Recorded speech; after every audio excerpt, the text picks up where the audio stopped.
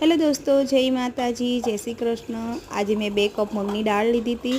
આજે મગના ઢોસા બનાવવાના છે અને મેં અડધો ગ્લાસ મેં પાણીનો નાખ્યો હતો અને પછી એને બધાને મિક્સ કરીને મિક્સરમાં ક્રશ કરી નાખું છું। જો આ રીતે નાના છોકરાથી માંડીને મોટાને બધાને ભાવે છે।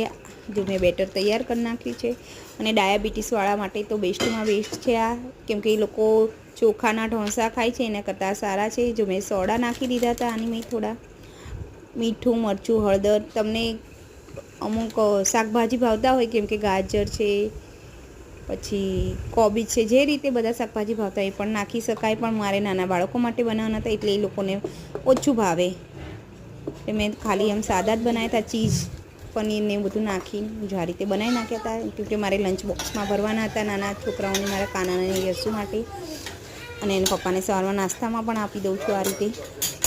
ને અમારે ઘરમાં ભગવાન કાનાજી છે, એમને પણ મારે નાસ્તામાં આપવાના હોય સવારમાં, એટલે હું આ રીતે બનાવી નાખ્યા હતા।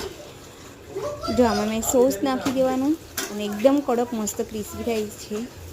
તમે લોકો ટ્રાય કરજો એક વખત, બહુ જ મસ્ત બને છે, કેમ કે અમારા છોકરાઓને તો બહુ જ ભાયા।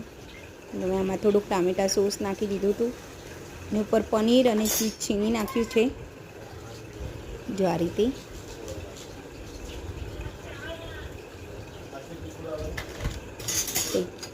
મસ્ત લાગે છે, લંચ બોક્સમાં ભરી દેવાય નાના નાના બાળકોને।